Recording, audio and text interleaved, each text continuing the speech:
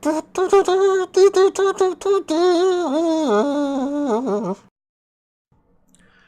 everybody, and welcome to A Town Called Bastards roundup of our games of 2014.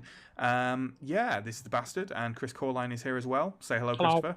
I just There we did. go. Always Yay. does that. Always does Yep. that. I can't train him any better than that.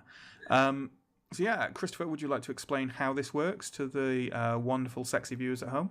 Yeah, so several days ago, Matt approached me and told me that I was doing this and I should clear all my plans for the weekend and divorce all my friends. So what we're going to do is we've each picked our top 5 games of 2014 and a half. It's now 2015, so this is super, super dated. Do you still use computers, you terrifying future people? We're going to kind of go round robin between each of our people faces and discuss our games. Not so much in ascending numerical order, but the last game of the day is probably our favourite, and then everything else beneath that's just randomised. We're going to talk a little bit about the game, about why it's good, and we're going to talk a little bit about the stuff that around the game, that maybe why it affects us more and maybe why it might affect you more than just the copycat's cheaper game next to it, or the big budget AAA game that superseded it. That's them's the rules. Them's the rules. It's worth noting as well that these are our games of 2014. That does not mean they came out in 2014. So if anyone writes in and says these games, many of them were not from 2014, I will hunt you down and I will hurt you. Yes. Yeah. If he knows I do this. I do it regularly. Yep. Yeah. How are they going? Do we have a PO box now? Is there a stamped self-addressed envelope? We'll have made it when there is a stamped self-addressed envelope involved. Yes, that is our understanding of life as per growing up in the 80s. Yes. Okay, so without any further ado, let's crack on to our first game, which is Banished. So this is your first pick, I believe, Chris, for Game of the Year. Yeah. I don't think it's really fair to say Game of the Year. What I've basically done is picked the 5 games I've been playing the most. Saying Game of the Year means that there wouldn't really be any other games that are as good as this release this year. And that might be true. What I really like about Banished is it absolutely nails the kind of gameplay that utterly enthralled me about the Settlers. Which the Settler series completely lost in its kind of more Age of Empire slant as it grew towards Settlers 7 or some ridiculous number it's on now. No, yeah, absolutely. And I mean, obviously it came out right at the beginning of the year, and I think what's really worth noting about Banished is music aside, it's all developed by one guy. Yep. Which is unbelievable. Compared to some of the other things that have been developed by teams and have been more infamous. Yeah. It's just astounding how nicely put together it is. I'm not sure exactly what do we know.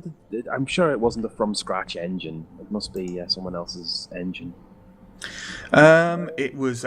Here we go. This is what Wikipedia has to say. It's been developed slowly by Luke Hodorowicz. Apologies if I say that wrong. But under the name Shining Rock Studio.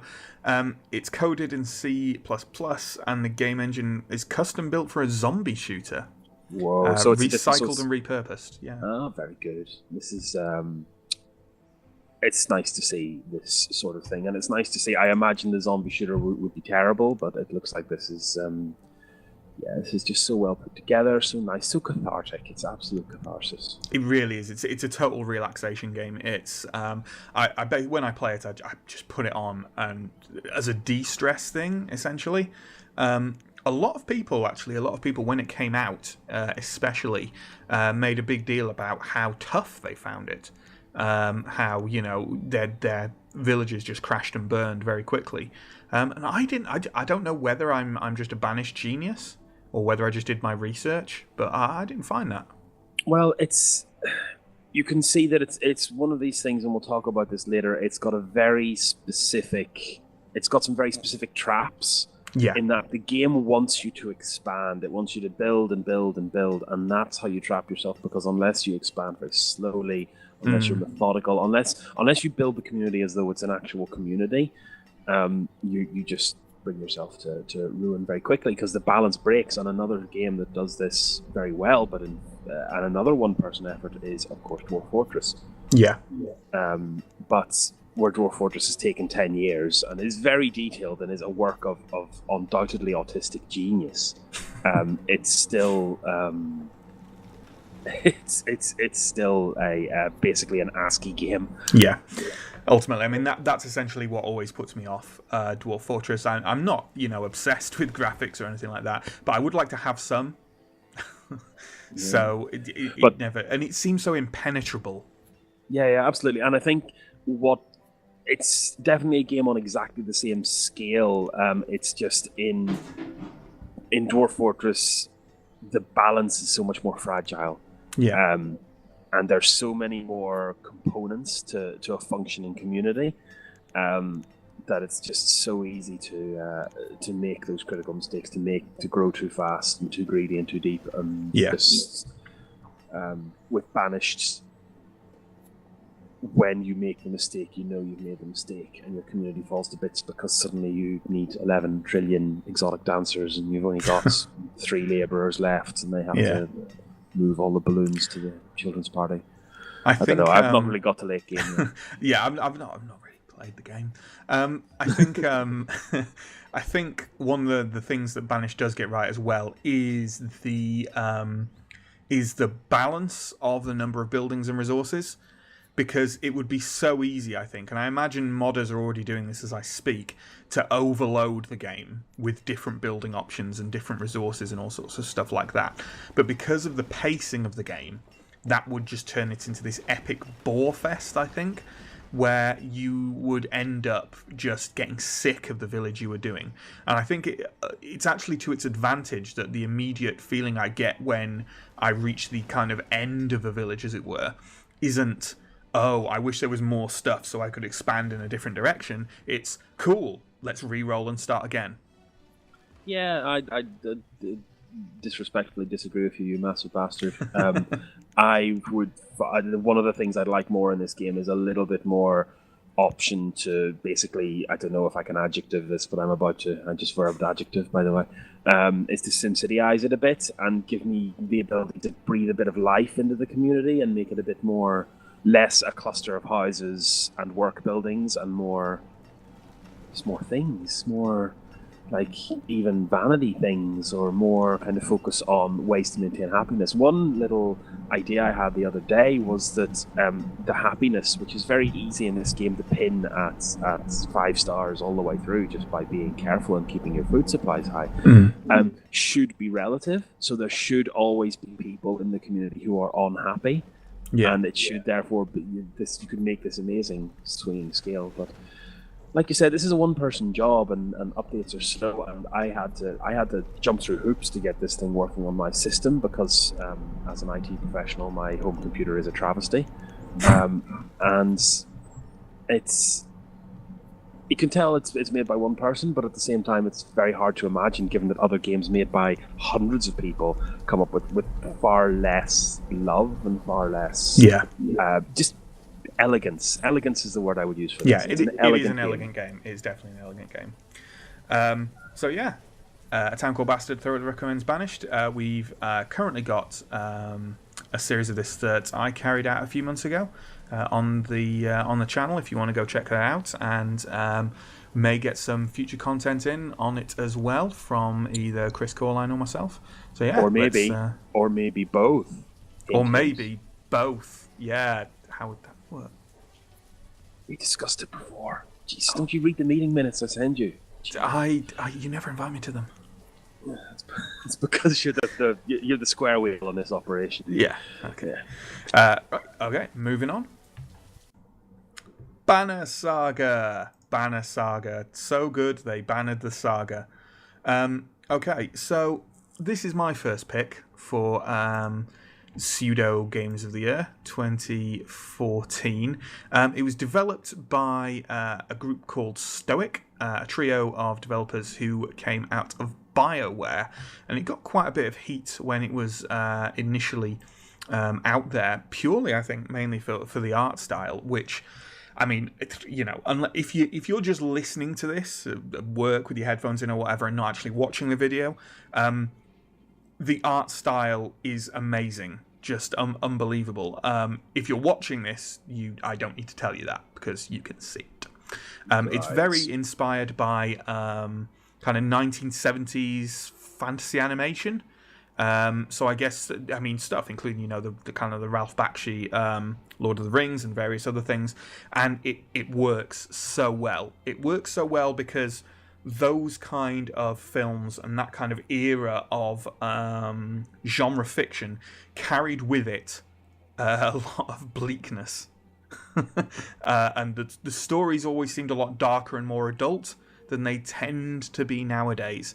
And the Banner Saga is nothing if not bleak and adult. I mean, the gameplay itself, it has a multiple kind of different kinds of gameplay. There's the quite straightforward kind of tactical turn-based combat element of it, but there's also a sense of you're managing this caravan of refugees, essentially, who are fleeing a war. And you have to manage the characters in that. There's some RPG elements when you talk to them. You can end up with people leaving the caravan because you piss them off too much. You can end up with people dying because of decisions you make, and it's kind of a permadeath. You have to manage your resources, so you have to keep yourself supplied or people start to starve. There's all sorts of stuff like that, and it's all happening in this wonderful Nordic, Icelandic kind of inspired fantasy world with these humans and giants and this enemy called the Dredge, who are kind of animated suits of armor. And yeah, it's great.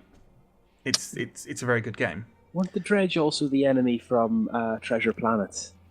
Possibly. I've never seen Treasure Planet. I'm pretty sure they were. Also, speaking of things that are getting taken from Disney movies, absolutely 100% one of the main influences to the art style, especially in the traveling scenes, is Sleeping Beauty. That beautiful kind of geometric, wonderful style, and it's absolutely gorgeous to watch. And it's nice to watch a game like that put it together. I have not played this Things to the Wall, and I think when we were kind of watching through before we started recording, I commented that it is absolutely such a matte game. It has this very it's got this very tactical, very very turn-based, almost JRPG-ish, but maybe even more classic and more old school than that elements to it. That may be the first time that a matte game and JRPG have been used in the same sentence, but yeah, I know what you mean. And I think, obviously, I'm a fan of turn-based I think combat. What I'd say is, in this case, it's not just turn-based; it's very turn-based. Yeah, it is very turn-based. Right. Yeah, that's my recommendation for it. But absolutely gorgeous visual style, and I like this. I don't know, maybe we're starting to see, and I can certainly see it with some of the kind of independent games that make it into Steam, is the kind of Minecraftification of things where everything is now based on resources and there's a survival. Remember back when shooters started to get RPG game elements? I think what we're seeing now is everything getting resource management, almost survival horror elements, where you must be more concerned with your resources than, like, say, in Borderlands, where you're just collecting massive piles of guns and money. Yeah, and I think obviously there's a big thing on the moment of essentially we are getting that hybridization model of gameplay, and it's what it's really bleeding over with at the moment is RPGs.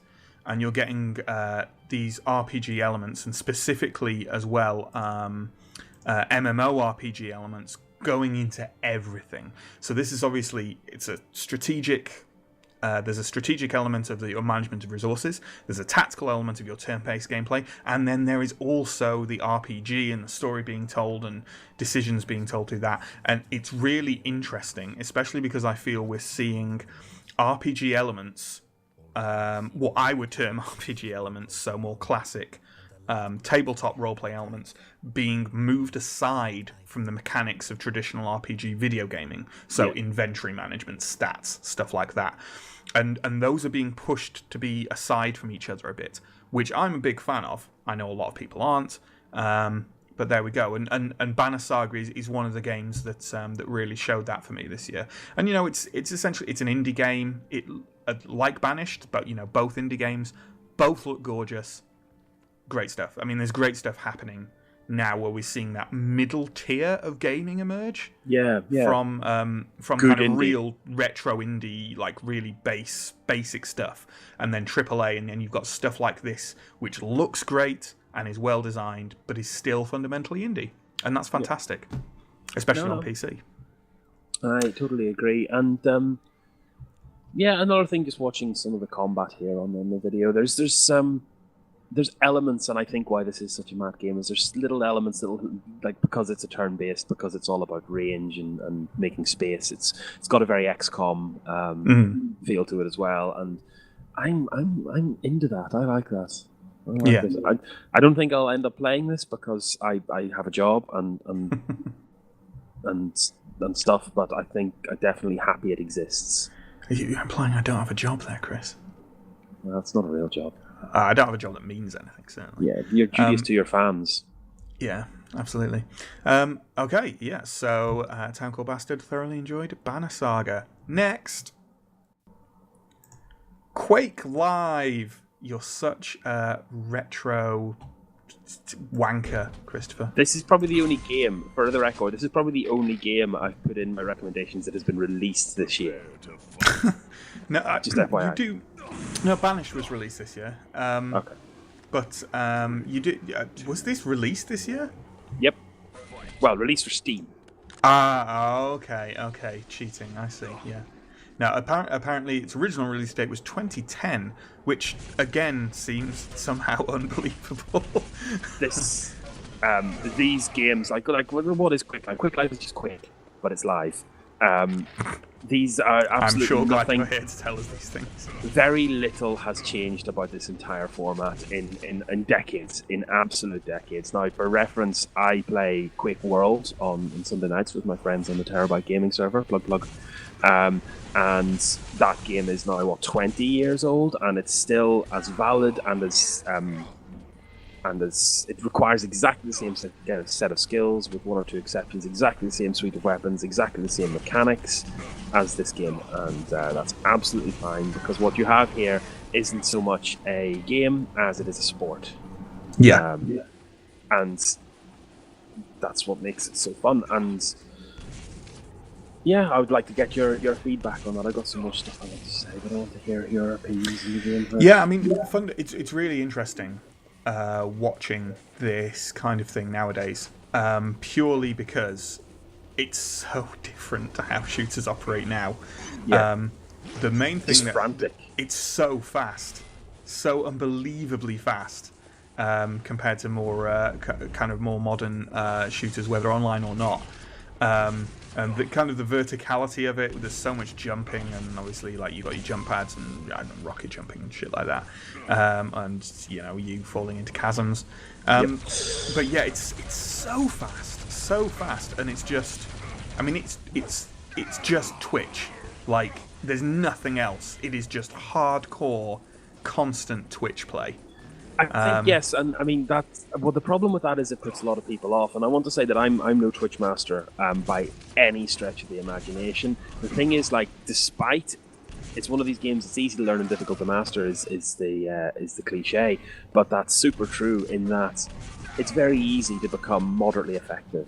And what I really want to get onto is the reason why this is in, and the reason why this is effectively a release this year is because it's on Steam now, and that means that whereas before, and whereas certainly the case in kind of what's left of the Quake 3 scene and what is in the Quake Live scene, you have people who have been playing this game for 10, 15 years. Now you have people who are just in to chill out on a Saturday night, and maybe they play Call of Duty, maybe they don't, but they're not specifically skilled in this, and so it's a lot easier just to become fairly competent and finish halfway up leaderboards and generally have more fun. It's a more casual environment.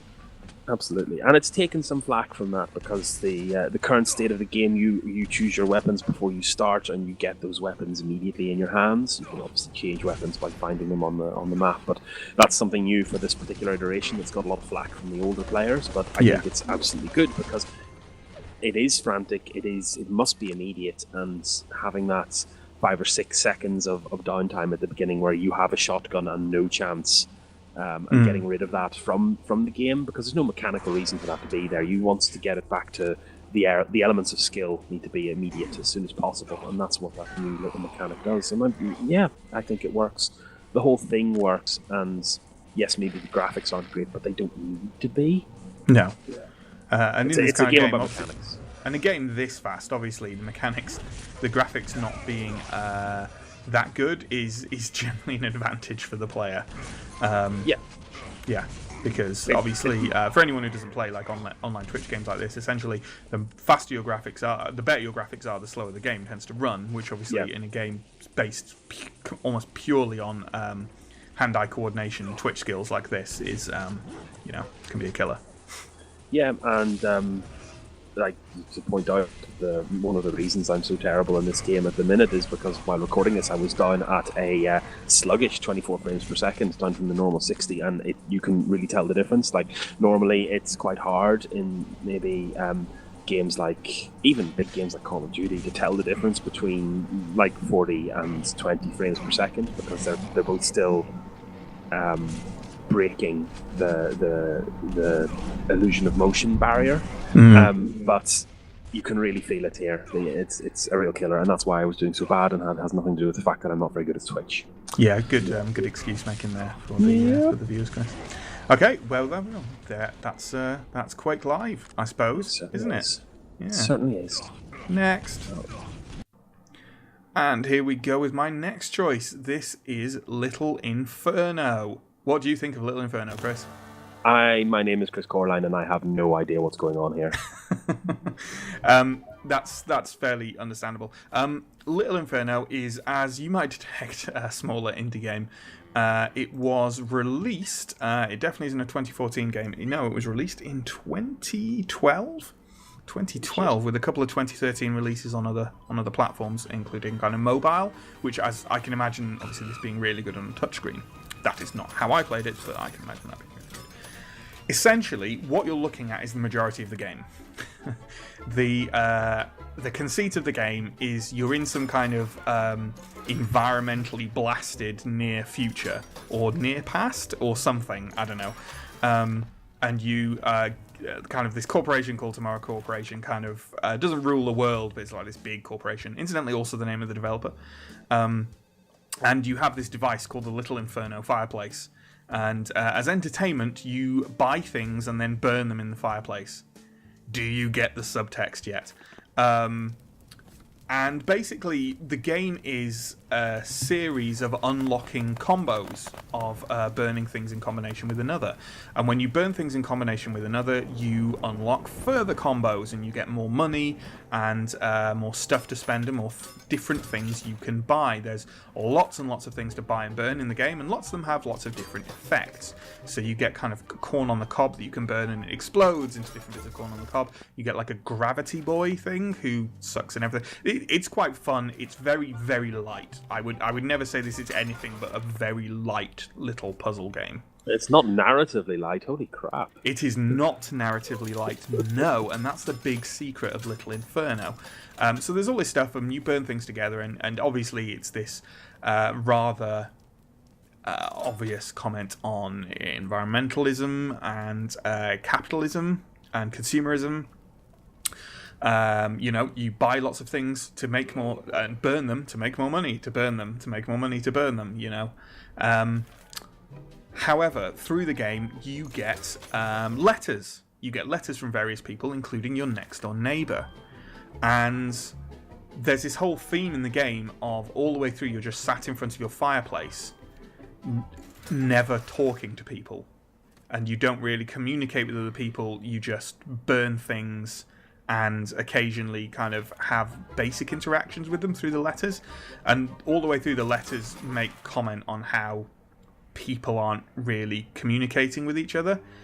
And then, without trying to give anything away, once you reach the end of the game, once you unlock all the combos, once you reach that kind of end point, the gameplay completely changes. It completely changes. You're not sat in front of a fireplace anymore. And I won't spoilerize anything, but it's surprisingly bittersweet heart-wrenching, uplifting game. It's really difficult to go into the details of why I love this game so much without spoilerizing the end. But, I mean, I did enjoy just playing around and throwing things in a fireplace and setting fire to them, because it is fun. It's a nice little pseudo-physics engine to do that in. Yeah. And that's there's not a lot to say about it. It's, as I say, created by Tomorrow Corporation, who also created the indie hit World of Goo. I was going to mention that, actually, when I started speaking. And lest we forget, World of Goo is one of the original crowdfunded video games, and the first indie game that I came across entirely. And equally, the art style aside, narratively, very similar as well, and kind of light mechanics but deep meaning. And it actually reminds me of the kind of whole thing is reminiscent of an indie developer who would really like to be part of kind of the Abe's Odyssey, the Oddworlds kind of canon of this kind of this kind of really tight narrative. What's going on here, lads? I don't know. Everything's terrible, and it's largely our fault. Yeah, or indeed any kind of early Double Fine sort of stuff, Psychonauts et al. It's worth noting as well, obviously Little Inferno, it just it's never going to be a graphical stun. It looks really lovely. It's got a nice, though I loathe to use the term in a positive fashion, Burton-esque art style, especially on the little videos you get and the gameplay section later on in the game. I think it certainly fits the overall kind of theme of it, and like I think there must be some kind of meta media genre for this kind of Burton-esque style, because it's certainly a thing. I think it's Burton-esque. Yeah, I think you've just done it. Well done, you've coined a thing. Yeah. Worth knowing, obviously, I guess, in the interest of consumer advice, don't buy this game if you only buy 3 games a year and you want this to last you 4 months, because I think it can be completed in probably 2 or 3 hours. But it's also damn cheap, and it's really worth it, really worthwhile. Obviously, if you are into this kind of light touch with subtext kind of game. But yeah, so I very much enjoyed Little Inferno. Do you feel more educated, Christopher? I certainly know what's going on, and it's pretty terrifying. Absolutely. Next, SimCity. Yes. SimCity 5. SimCity 5, yes. Otherwise known as SimCity. Yeah, by EA marketing people, pretty much only by EA marketing people. This game was an unmitigated disaster at launch. Absolutely a total travesty, an absolute classic, and we've seen so many examples of it. AAA developers, now mostly run by kind of fast food and packaging executives, really just don't understand how games work, and really only understand how profit models work. And this was initially the result, and it got a huge backlash from the community, rightly so. It was atrocious. It was basically usury. But beneath all this, you can really tell that the people, what's left of the people at Maxis, really did care about this game, and so much humor and effort and kind of function went into the system, and it's far from perfect, but it's far from terrible. For anyone who has never done SimCity before, it's one of the very early computer game back in 80 something. Actually, I don't know if you've got the early. I think the first SimCity was early 90s. Let's have a look. No, 1989. You're spot on. 1989, the first SimCity. Maxis. Obviously. So this has been around for longer than Call of Duty. Certainly, that franchise only started really in the 90s. And it's gone from strength to strength to strength. And I think what they've done here is, before, when they were putting it together, it was a simulation of a simulation. It was made to look like things were cleverer than they actually were. But now in SimCity 5, they've brought this glass engine, I think it's called, together, and it is actually a simulated urban planning simulator. And it's certainly, I think you use the term quite a lot when you're describing games to me off camera, it's a flawed gem. absolutely a flawed gem, and yeah, I think the only at this stage, SimCity and Maxis, EA have backpedaled an awful lot and made it available for people to play offline, which is one of the main complaints that we had when it was launched. Yeah, and another really cathartic game, and there are lots of parallels with how Banished works and SimCity, and it's the same style of game. You can play it in the same headspace. It's certainly highly recommended for me, anyway. Yeah, I was surprised because obviously I've seen a few of the episodes that Mr. Chris Coreline does of his SimCity series on this very channel. I was surprised because when my real experience with this latest iteration of SimCity was purely through reading about it on kind of PC gaming websites. And everyone's just utterly denouncing it, like for really hammering into it. And realistically, I should have known that what it fundamentally was there were a couple of problems that had really pissed off the community. Yeah. Because you see it so many times in modern video gaming, where a game is usually a AAA game, is made out to be kind of the worst game ever made, that's just so appalling and so beyond redemption that no one could ever enjoy it. And then you play it and you think, oh, it's got a couple of problems. Yeah, I don't know. I think in this case, and I think it's a really good message, what EA got wrong and what all the AAA developers get wrong when they encounter this kind of Streisand effect backlash from these games that aren't ostensibly offensively awful, is that almost all, in my memory, of these big kind of issues are caused by AAA games companies telling me how and when I can play my game. Yeah. Ultimately, it almost always comes from either DRM or Always Online. Not saying that Always Online isn't DRM, but at least in name it isn't. And yet, it does usually come from that, because obviously the massive Diablo 3 backlash as well at Blizzard was exactly the same thing. Came from single player being Always Online. Yeah, but there's other things as well, and at the end of the day, I think why SimCity's become this kind of phoenix of a game is that, like, all the problems we had with this were just down to just shit project managers in EA who just don't understand what games are. Mm-hmm. Saying we can get more impact if we do this, we can get better statistics on our player base if we do this and that and the other. And unlike some of the other kind of pretty high-profile, terrible games, and certainly unlike any of the games that should be much higher-profile failures than they are, I'm not looking at you, AAA, Call of Duty, blah, is that underneath it all, there is a game that a great many people in a studio cared a great deal about. Yeah. And you can see that in everything, and like every single time you click on a building or click on a person or click on a car, there's a little tiny narrative there. And there's no big kind of overreaching story here, but they're all just kind of little tiny kind of nuggets of humor, It's difficult sometimes to remember in the current climate of, as you say, development studios being run by suits. It's difficult to remember sometimes that all these games fundamentally are created by creative people who give a shit about what they're doing. If they didn't, they wouldn't work in the industry, because God knows if you don't care about video games, working in the video games industry is a stupid thing to do for practical reasons as well as just ones of career. It is, let's be honest, an awful industry to work in. Absolutely. And I think that's sometimes difficult for us to perceive as consumers, perhaps, when we see these errors being made. But I think it's an important thing to remember. I remember as well that one of the things that people complained about when this first came out was that the area you could play in was perceived as being very small, being undersized.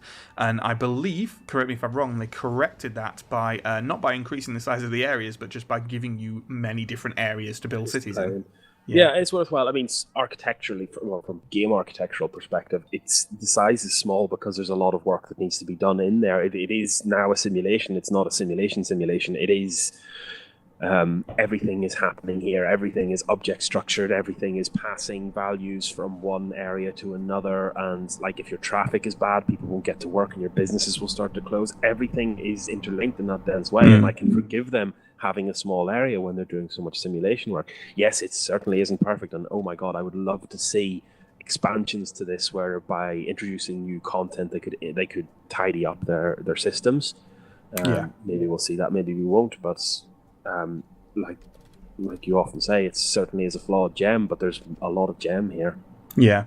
It'll be interesting to see, I think, what competition, I believe it's called Skylines, is going to present. But this whole thing is a genre, and there are a lot of games around,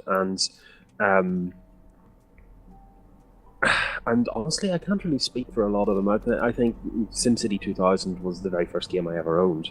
It actually shipped on the computer with Windows 95 with 8 megabytes of RAM and 100 megahertz processor that was got for me for my 10th birthday. And a lot of people have investment in this. And another thing that we can say about SimCity is where all these other games are pretty they appeal to the urban planning nerd. SimCity, with its art style and its tilt shift effect, appeals just to being really adorable. You always get the feeling that you are making a model city. You're not. You're not It's not designed for hyperrealism. It's designed to be adorable. It's designed to be. It's the SimCity iteration made for Sims fans. In the nicest possible way. Yeah, and not just the Sims fans, in terms of people who remember Sim Helicopter and Sim Life and Sim Hospital. Sim Life, Sim Earth. You see, this is it. You should be playing SimCity. Stop recording, pick up SimCity. It kind of catches all of that stuff and brings it up into a nicely turned out, if flawed, experience. Lovely, there you have it. So if you enjoy us talking about SimCity, you might enjoy Chris Coreline talking about SimCity to himself repeatedly over the course of several hours. Many, many hours on the series on this very channel. Next. Thomas Was Alone, apparently. Another indie game developed and released in 2012, with further versions being released 2013 and 2014, developed by Mike Bithell. So again, a mainly single developer game, although a very different game to Banished. Thomas Was Alone is a puzzler. It's a fairly straightforward puzzler about moving a series of different four-sided geometric shapes through an area with different slots for geometric shapes. Each of them has different slight abilities that they can do to navigate through. Some levels you get certain combinations of them, others you get different combinations. Sometimes they are on their own, if their name is Thomas especially. And so you might think, what gives, Bastard? What gives? Why are you rating this game so much? Well, the whole thing comes with an overarching story about these rectangles and squares, which are all meant to be kind of computer programs or elements of a computer program, lines of code essentially. And they all have personalities and names, and they interact with each other, and it's thoroughly ridiculously adorable. And there's this kind of story going through it of all these kind of sentient pieces of code come to life, and how they're kind of trying to kind of make sure that all the other code can escape the system and not be destroyed. And it's voiced, it's narrated almost, entirely, I believe, by Danny Wallace, who does an excellent job, a thoroughly excellent job with it. And it's just amazing. I've never felt so much about rectangles. I have. But you just like rectangles a lot. Yeah. Yeah. Well, there was that incident. But, restraining order. It's in art style, I think, and in feeling, it's very similar to this Little Inferno, and I think it's got a similar kind of style. And one of the reasons why I haven't jumped on this game like a rabid, hungry cheetah is that I just know that these things, this never ends well. Adorable things end up dying in horribly heartbreaking ways, and I just can't handle it. But yes, you can definitely see the kind of same feel of the World of Goo and Little Inferno is prevalent in this. Yeah, I think another touchdown for the game, not massively in art style, but kind of in that scroll along puzzler with subtextual stuff, is a game called Limbo, which is a lot more apparently bleak and has less of a coherent story to it. But they are related, you know. They basically come from the same genetic pool, and that's interesting in of itself, because both of them are interesting games in different ways. And this is kind of what I think about when I hear about an indie game. It's this style of simple mechanics but narrative complexity. And as we've touched upon already in talking about Little Inferno, it's something that indie games are getting better and better at flawlessly pulling off nowadays. Yeah, and it's so nice. Hopefully there's 2015 will be a golden age for this kind of malarkey. Yeah, definitely. I think so. I think 2014 already has been to a certain extent. Yeah, he said, quoting 2 games that came out before 2014. But, there's not an awful lot to say about Thomas Was Alone, because the mechanics are obvious. I mean, it's a puzzle game. And again, I don't want to go into too much detail about the plot, as it were, without, giving away spoilers or anything like that. But it's an adorable little story, with some fun characters. They're all rectangles and squares. That's basically the game. That's Thomas Was Alone. Yeah. Adorable. Moving on. Myst Online. There's an Uru in there somewhere as well, isn't there? Yeah, which is interesting because it's actually a type of Irish grammar. Lentation, I think it's called in normal parlance. Anyway, Myst Online. I came across this game this year. Obviously, this is not released this year. It's not even released this decade. When was it released, Mr. Bastard? It was released. Carry on talking while I find the answer to that. No, it was released. Originally released by Ubisoft in 2003. But this isn't really the story about Ubisoft. Ubisoft are atrocious. This is the story of Cyan, and Cyan have been around. I think Cyan have been around for longer than Ubisoft. But Cyan Games responsible for Myst, which is basically the holy bible of video games in terms of sales. It has Myst, the game that started off the entire world, that kind of, sort of concludes in Myst Online. But has like 7 other games in this cycle and story. And the key about this, yes, it's a puzzle game. Yes, it's tricky. Yes, you have to learn how to count in base 5 and do mathematics. And yes, it is intensely complex. But that's half the story. The real story is the world they built around, with all of these people and places. And if you, like me, we mentioned earlier, the first game I ever got was SimCity. The second game I ever bought was Riven.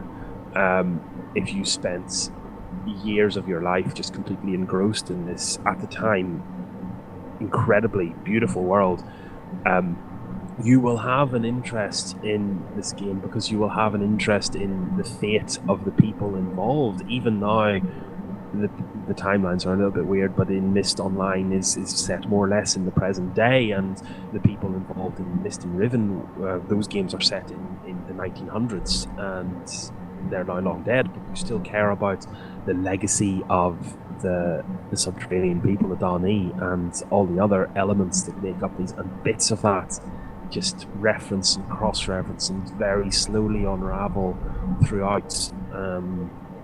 Myst Online being interesting because it's the first one that lets you visit the underground city of Dani, and if you're as much of a nerd about this sort of thing as I am, and maybe you are, maybe you aren't, but you would have got the absolute chills the first time you managed to get to Dani City, a place that is referenced dozens of times throughout the physical literature, the books that have been written about this, and the in-game literature, and the in-game mechanics and story. All the games are about restoring this place, or returning to this place, or getting people to this place, or protecting this place, and finally you get to set foot in it, and it's rendered in decades-old graphics. It's atrocious, but it's still glorious. It's like reading a really good book that just happens to be printed, a Penguin paperback in the 70s that your grandfather owns and is falling to pieces, but you still desperately hoover through it in an evening, and that's exactly how I felt about Myst Online. Now, Christopher, I have been known to say disparaging things about Myst, not specifically Myst Online, but Myst in general, and the concept, I suppose, of a PowerPoint presentation masquerading as a game. He hates me so much. Could you explain to me, please, how... So Myst Online, so it's a puzzler, obviously, because Myst games are puzzler games. How does the online element work? How do you interact with other people? Is there any advantage to interacting with other people? Or is it essentially a single-player puzzle game where other people are running around and you can talk to them? The only place where you interact with other people is in the hub world in Donny City itself. I think you can pull people in to assist, but it's.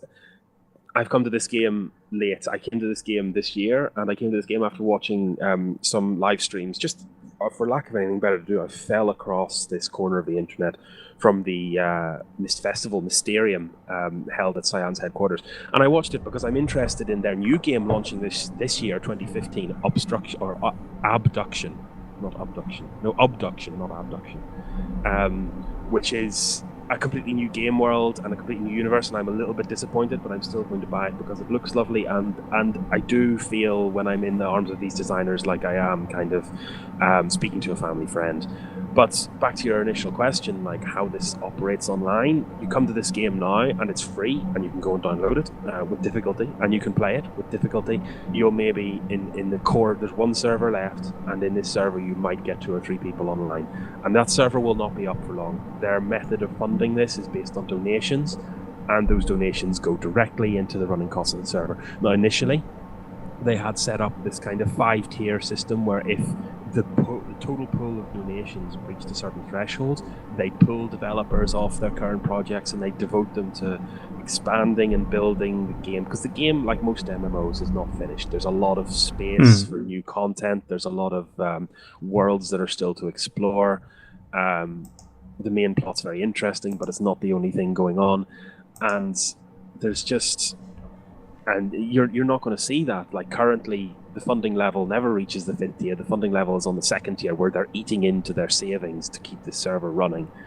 And when we were talking earlier during SimCity about developers that love their games, I think you will find absolutely no better example of that than I think it's Ron Miller and Cyan Games are just...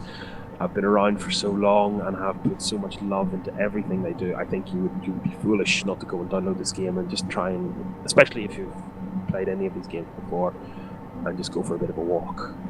Yeah, my disparagement of the Myst series aside, I think it's very easy to recognise with these particular kind of studios that you know, the term auteur really applies, you know, like a film director who just does their own thing year after year, and it does seem that Myst has carved out that niche, which is quite odd. It's as you mentioned at the beginning, it's sometimes difficult nowadays to realize how big Myst was in the mid to late 90s. I mean, it was huge. It was the best-selling game ever at one point, I'm pretty sure. I think it actually still is, just because of how long it's been going. Did help that it got packaged with a lot of PCs. But yeah. And certainly, I mean, there's space, just to go on a little tiny tangent, there's the Myst HD version does exist on Steam. I think it's called the Masterwork Edition. It does look like a toddler vomited on top of some stills from the old game, because they've changed the color palette and it's redonkulous. But yeah, you can check that out as well. But I mean, you mentioned earlier, I know you mentioned it in jest, but the slideshow presentation, and it's kind of, that falls into the question of what genre is Myst. Is it a puzzler? It's not, because so many of the puzzles you can't solve with logic. You have to engross yourself in the world. Immersion is not an optional extra. It's goddamn necessary. Yeah, it's a storytelling puzzler. Yeah, exactly. With occasionally embarrassing FMV sections in later installments. Yeah, that's mostly gone the way of the Dodo in the more recent ones. Starring Brad Dourif, I believe, in some later things. He plays Grima Wormtongue in Lord of the Rings. Oh wow! Oh, he must have been the wacky dude from Myst 5 who tries to trap you. Yeah, him, one of the other brothers. It's a long story. It really is a long story. I'm sure it is. That's the core element of Myst, and it's going to be difficult for someone who hasn't been involved in this stuff since at least Riven to kind of to feel that this is anything other than an old game on its last legs with a few people still on it. But if you get a chance, do try and be involved in this in the closing days of what is a very, very old MMO. What did you say? It's older than Warcraft? Having re-looked at it, it's got a publisher listed for 2003, but it doesn't have a release date until 2007. That's weird. I'm sure it was more 2003 than 2007. I think maybe Ubisoft had control of it, but they didn't actually get released until Cyan Worlds nicked it off them or detached from Ubisoft. And either way, it's an old game. There's something very odd and bittersweet and poignant, I think, about the ending of an MMO. Yeah. Which is something I felt very strongly about City of Heroes when that came to a close. And I will feel even more about Lord of the Rings Online when it inevitably comes to a close. So yeah, there you go. Chris Coreline, specifically, recommends Myst Online. Next. The Wolf Among Us. Okay. So the first thing to know about Wolf Among Us is it is an episodic game. Anyone who's familiar with anything developed by Telltale Games will know the rough formula here. They've been on the scene for years doing extensions of Monkey Island and Sam & Max and stuff like that, but they really hit it big with their adaptation of The Walking Dead, which came out a couple of years ago and is based on the comics rather than the TV series. And Wolf Among Us was basically the kind of next step in the style that they do. Again, based on a series of comic books called Fables by Will Willingham, which are excellent right up until the point where they become a metaphor for how awful Palestinians are. And I'm not actually joking. Basically, a Telltale game in this style I guess I describe it as a point-and-click game without puzzles, or certainly without any deep puzzles. You play a character, they're wandering around the game, you interact with people, choosing responses to conversations, choosing what to pick up and look at, what to pocket, where to go to a certain degree, although they're largely railroaded, and the decisions you make affect the course of the game. Usually quite significantly with Telltale Games as well. The general thrust of the game and the storyline is always the same, obviously, but different things happen, different things occur, you approach things in different ways. And it's a choose-your-own-adventure. It is essentially a choose-your-own-adventure game. A lot of people, more hardcore gamer types, also known as knobheads, have criticised Telltale Games for this and the success of Telltale Games because, it's not a real game. And that depends what you mean by game, I suppose, because games aren't all about agency, otherwise Snakes and Ladders wouldn't be a game, and games are not all about in-depth mechanics, otherwise poker wouldn't be a game. From my perspective, this is a game. It's just a different kind of game. It's, as you say, a choose-your-own-adventure game, interactive movie game, whatever you want to call it. The point being that Wolf Among Us is fucking fantastic. The setting of Fables and of Wolf Among Us is essentially like a 1980s New York that has been partially colonized by characters from Fables, from old stories, from legend, who have fled their world of imagination, as it were, due to that world being taken over by a genocidal maniac known only as the Adversary.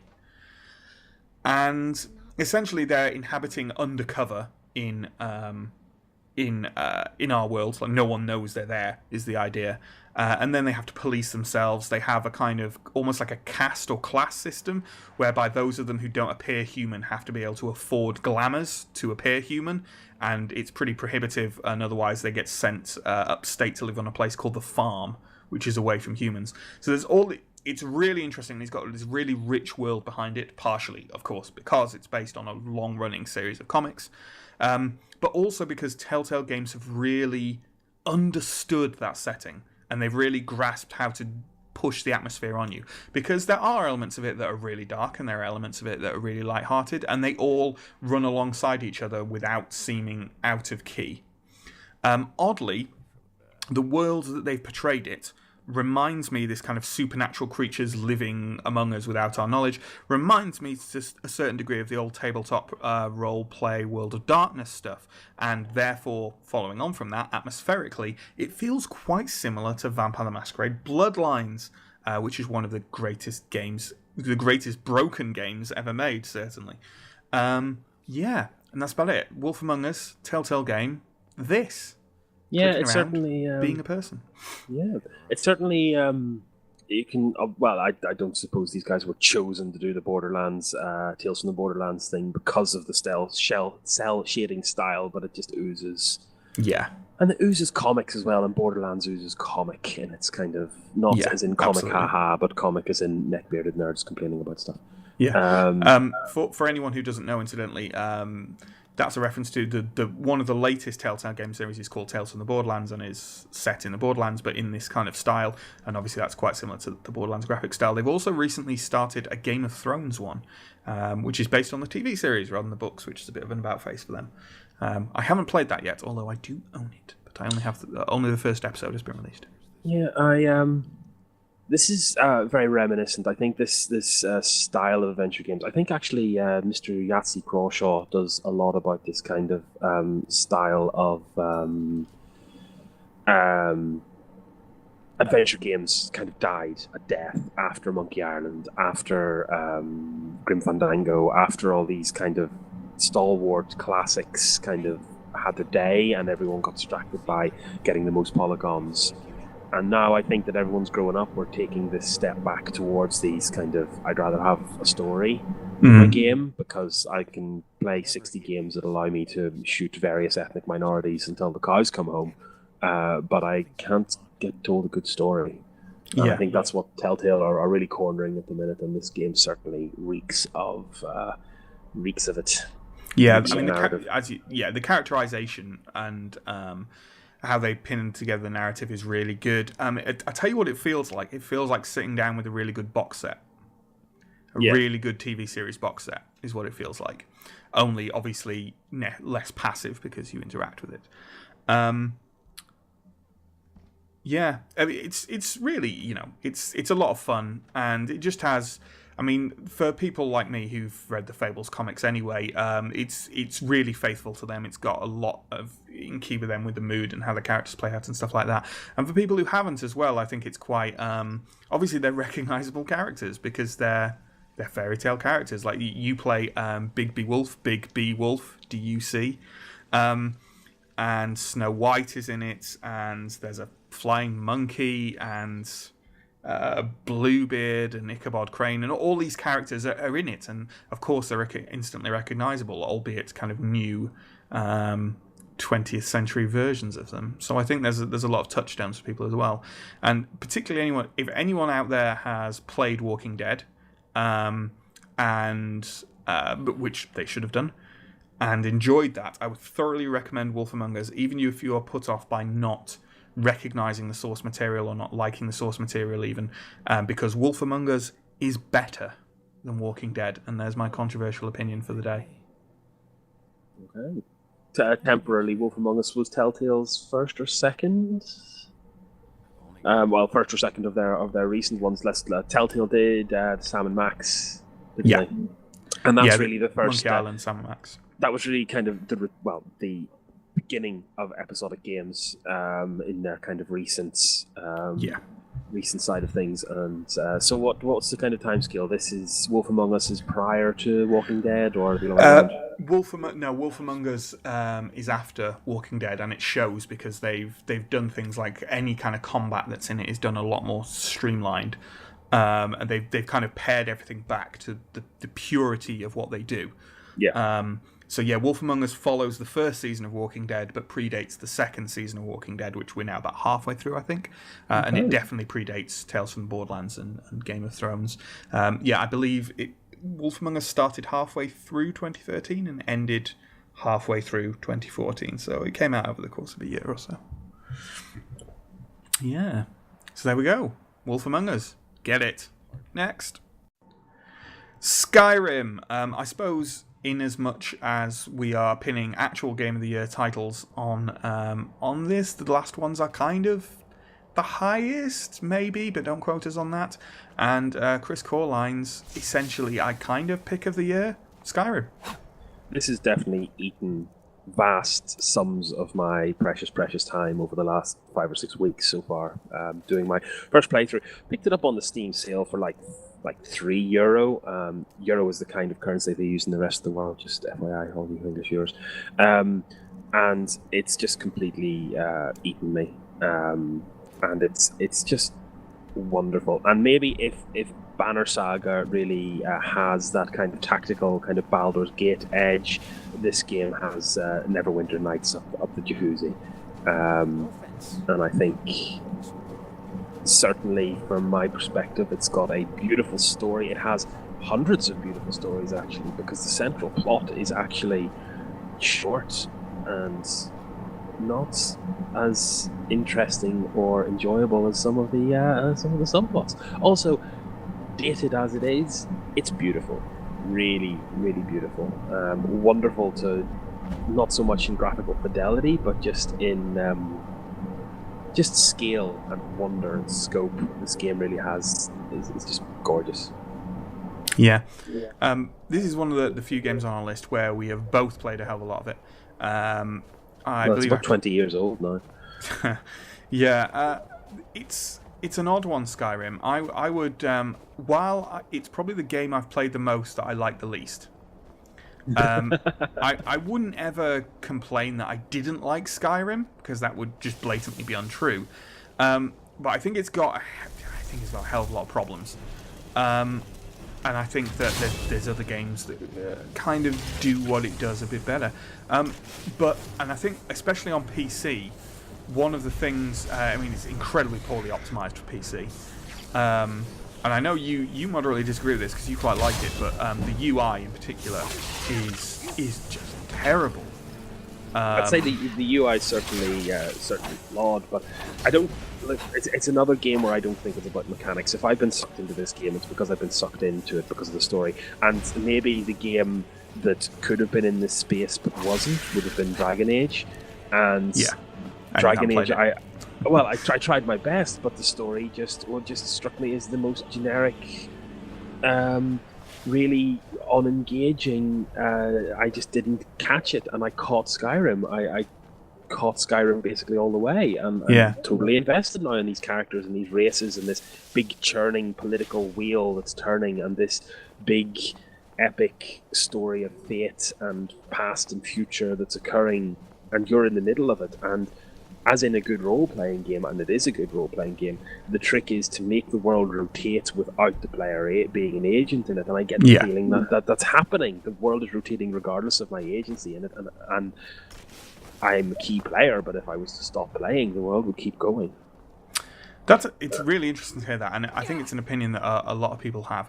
It's not how I particularly feel about Skyrim, but I wouldn't say that that's not true. It's just it doesn't tick the boxes for me in that particular way.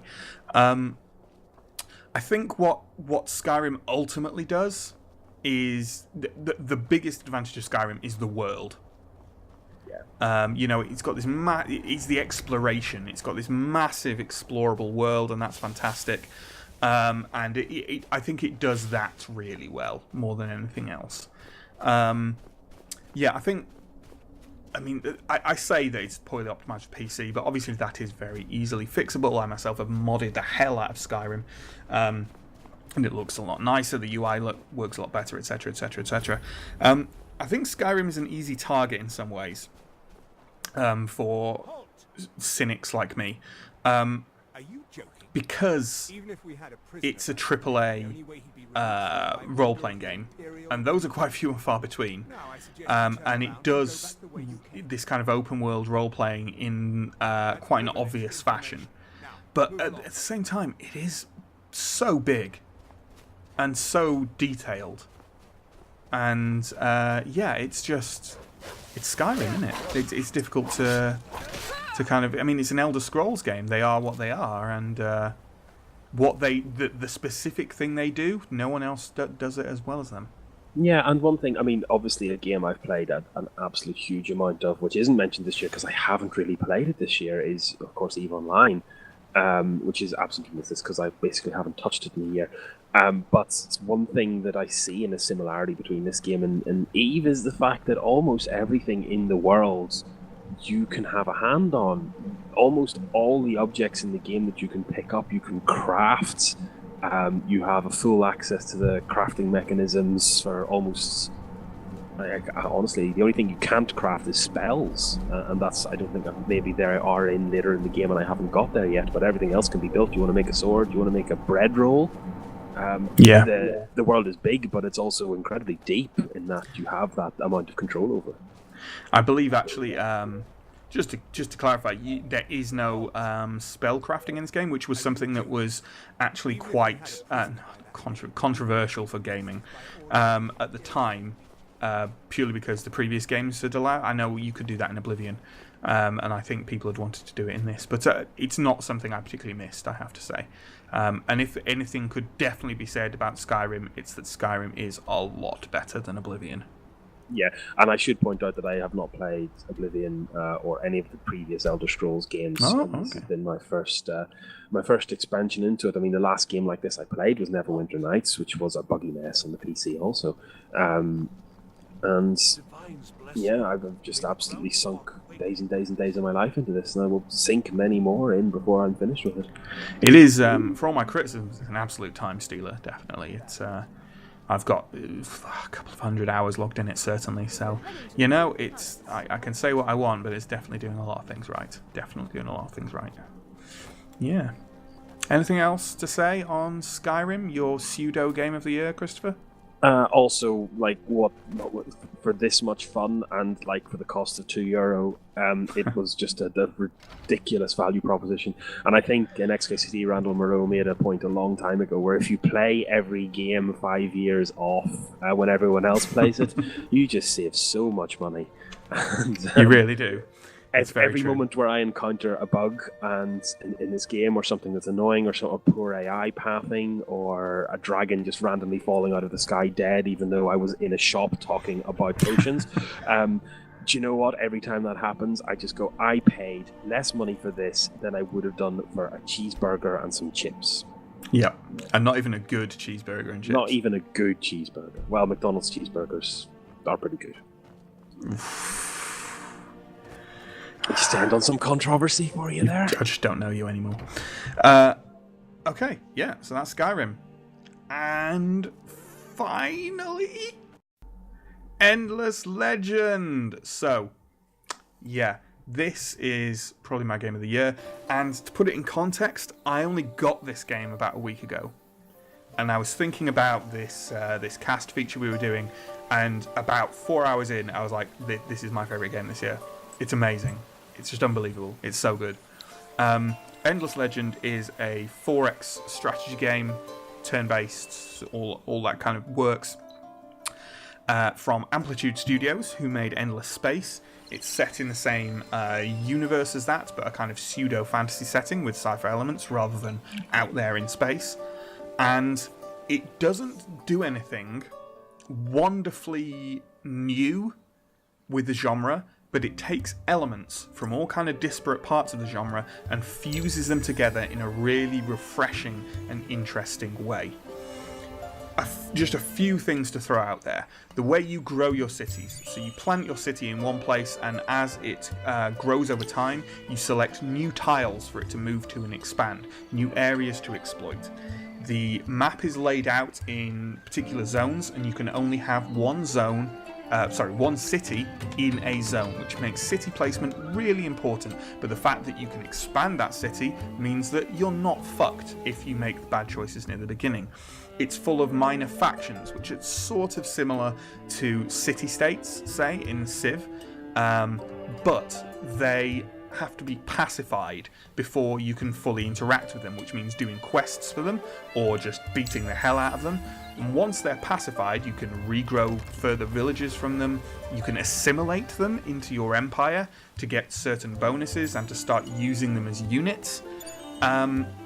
And all this is layered on top with an amazingly rich world with all sorts of detail in it and all sorts of interesting links into the sci-fi narrative of Endless Space, because it does fuse that sci-fi and fantasy in a really interesting way. One of the factions, called the Volters, who I've just started a series run-through of, are the survivors of a crashed spaceship in this fantasy world. The factions are all very asymmetrical. I'd say 6 out of the 8 factions basically break the game in various ways, so they're really interesting to play. You've got, for example, a faction called the Roving Clans, who A, can move their cities around on the backs of giant scarab beetles, and also can never declare war on anyone. So for a 4X player, that kind of really interesting, nuanced faction development is just fascinating. That's not even mentioning how absolutely gorgeous the game looks. Look at it. Just look at it. Chris, can we just sit and look at this for a while? I'd love to, but there's so much going on this screen that I'm literally having a seizure trying to figure out the resource groupings, the number of buttons. That this is not an easy to play game. It's probably not an easy to play game, especially if you're not used to 4X games. However, this particular for viewers at home, we're watching segments of video to kind of refresh ourselves as to these games while we're talking about them. And the section we're particularly looking at is quite far into the game, and it does a very good job of bleeding elements through. So while there's lots of different resources and lots of different things you can do, they're not all unlocked at the beginning, so that you kind of unlock them bit by bit and they roll throughout the game. Having said that, I will hold my hands up. It is not. If I was to if someone said, I want to get into 4X gaming, where should I start? I would say, really not with Endless Legend. And this is my issue with the whole 4X genre. Now, in print, 4X generally, a lot of the time, it's kind of space bound. It's always been these... that Master of Orion kind of... Yeah, that kind of style. And for me, it's been the genre of game that I have absolutely, on paper, should love, but have never managed to get my head around it. And you're into Civ 5. You like Civ 5? Kind of. I'm into Civ 5 because I was into Civ 2, and I play Civ 5 because it's like Civ 2 rather than because it's 4X. And didn't we have a discussion where we kind of demolished Civ 5 as a 4X? It does some things that aren't really very 4X-y. Isn't it missing an X? Degree. Yeah. Definitely, Endless Legend is more 4X than Civ. Civ 5 is a AAA 4X. It's the I love Civ 5, but it's the big it's the kind of big visible element of the genre, whereas something like Endless Legend doesn't even, as of the time of recording, have a Wikipedia page. It's definitely more niche, but it has such interesting elements layered on top of it that I think as long as someone had played a couple of 4X games before, they could get a lot more out of it if they weren't as into 4X games, if that makes sense. Yeah. Like, it has the questing system, which is generally interesting and full of this wonderful fluff, and it has the heroes, and the combat moves to a kind of a tactical screen where it's still turn-based, but you're giving orders, and armies clash kind of not in just a one-on-one manner as in Civ 5. It's quite similar to the way in which they do it in Endless Space. Yeah. And I think it brings all this stuff to the table so that someone who wasn't a complete 4X virgin would appreciate it on a level beyond how they appreciate other 4X games. But, yeah, it's absolutely not a game I'd recommend to someone who has never played Civ, for example. Civ is where you start with 4X games. Or Master of Orion 2 was a good starting point in the late 90s as well. But, yeah. But look how beautiful it is, Chris. It's just so pretty. Okay. I accept. It's like a Christmas present where your parents buy you socks. Like, this is number one. That's fine. I can accept that. And I still love you because you're my father. But maybe not for me. Not for you, maybe not for you. You enjoyed Endless Space, though, I believe. Kind of. I wish we could have had more time to play it. Maybe that's something we should get some people together and have a crack at on camera. Yes, that would be a good idea. And then once you're done with that and you go, yes, I love the Endless World and Amplitude Studios, you should buy this and I'll lead you. Because most of the fundamentals are the same as Endless Space. But there's just more stuff layered on top, more systems. Not more mechanics, but more systems laid on top, but fundamentally it's pretty similar, but better in every way. So that's it, I suppose. That is our roundup of our games of 2014, most of which weren't from 2014. So yeah, we've got some great new series coming up, including a more regular kind of pseudo podcast thing like this. So that's about it. Is there anything you'd like to say in closing, Mr. Christopher of Coreline? Happy New Year. May you receive the best socks. Yes. I would say, Happy New Year. I hope you will get what you deserve. Yeah. You know. Bye!